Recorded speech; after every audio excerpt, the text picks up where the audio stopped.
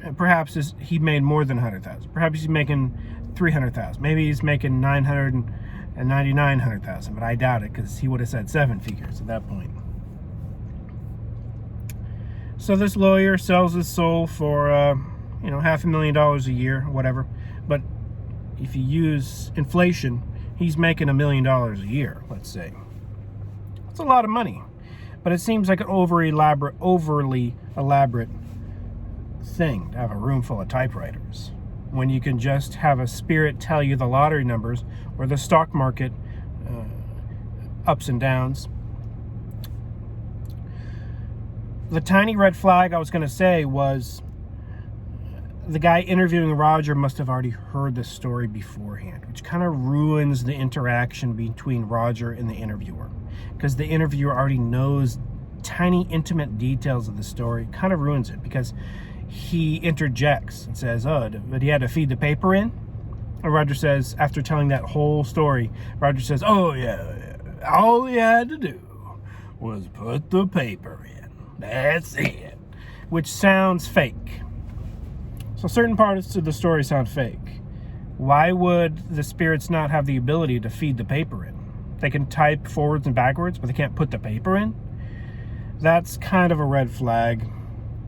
Maybe the demon spirits had a human secretary that put the paper in. I don't know, but the lawyer making $200,000 a year putting paper in seems a little beneath his. But who knows? I don't know. Maybe he has a fill-in that does that paper put in work. But you think the demon spirits could put the paper in? Maybe it's easier for spirits to type than it is for them to pick up paper. Maybe that's too complicated for some poltergeist demons. But it wasn't too complicated for the poltergeist demon that bothered Roger after he left the secret society. Roger was given the gift of clairvoyance, being able to see the winning horses at the race. Roger goes to the race. Okay, first of all, Roger is told he's given the gift of clairvoyance. A couple days pass. 2, 3, 4 days, whatever. Roger's in his apartment, and he dozes off, or he goes in a trance. He's not quite sure if he's sleeping or in a trance, but he says it's the first time it happened. He goes in a trance, a sleep-like state, and he sees 3 horses that are going to win.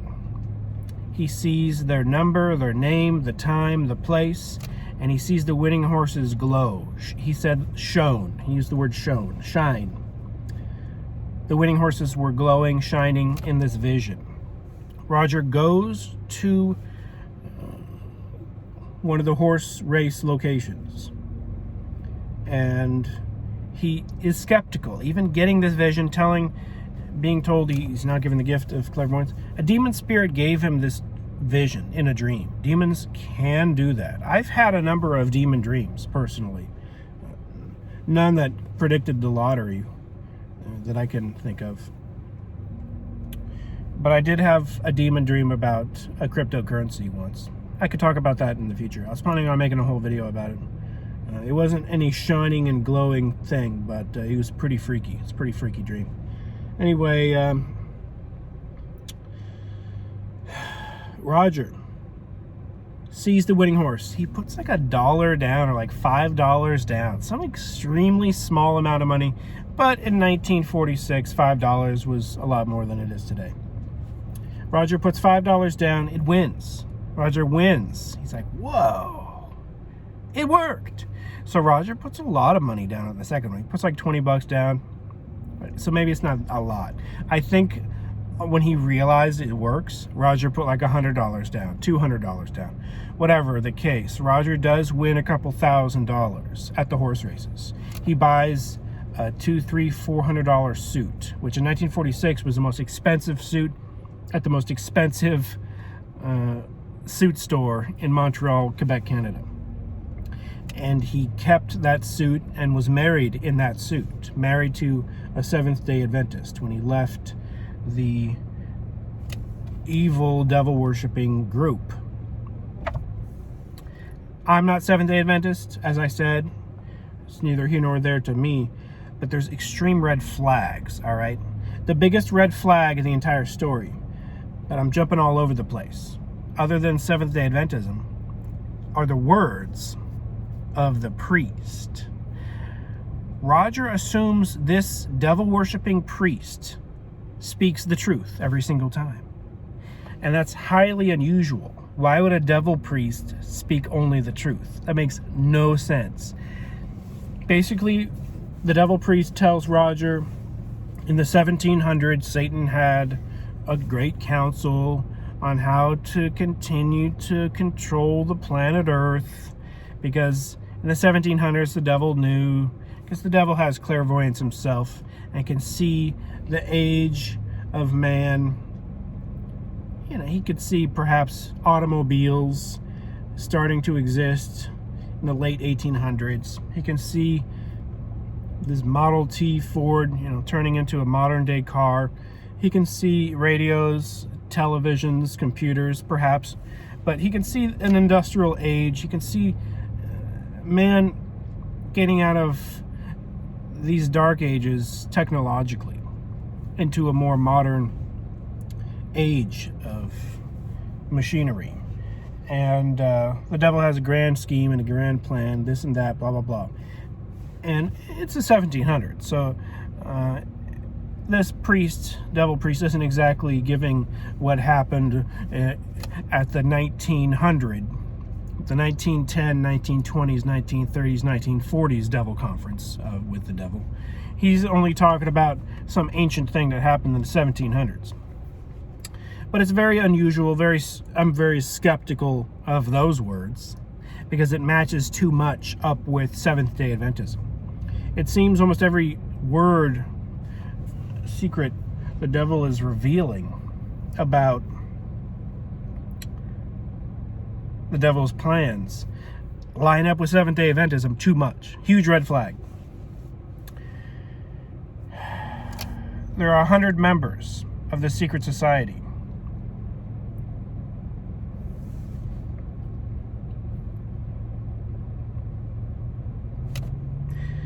So anyway, I'm going to tell you about that. But Roger saw poltergeist activity in the building firsthand with the typewriters. So Roger believes the levitation of the marble altar because he did see poltergeist activity with the typewriters. He saw it with his own two eyeballs. The typewriters is a rare scenario where Roger sees it firsthand, doesn't just hear words out of the priest's mouth. So I do believe Roger did join a spirit worship fallen angel organization that did have poltergeist demons working for the organization, secret information via spirit entities. Spirits are invisible. They can go anywhere and spy anywhere, do anything they want. They can lift objects, move objects, levitate objects. But the paper, they couldn't feed in the paper. See, in a different interview, Roger says, after he leaves the cult, that he's sitting at home and he got a new Bible. And the Bible's probably beside his bed. It's probably on his bedside table. Maybe it's in his kitchen table, whatever. It's on his table, and it has a paper bookmark. Roger opens up the Bible. The paper bookmark is just a piece of paper folded in half. Roger's using it as a bookmark for his Bible. And he's probably reading the Bible for the first time in his life by himself. And that evil devil, spirit, and demons, fallen angels, they greatly want to discourage him from reading the Bible. And what happens is, it's basically the first incident Roger talks about poltergeist activity in his apartment. He said the paper he used as a bookmark levitates and flies around the room, and levitates around the room, and moves around the room by itself. Basically, a demon picked it up and walked around the room just to scare Roger. Just to show Roger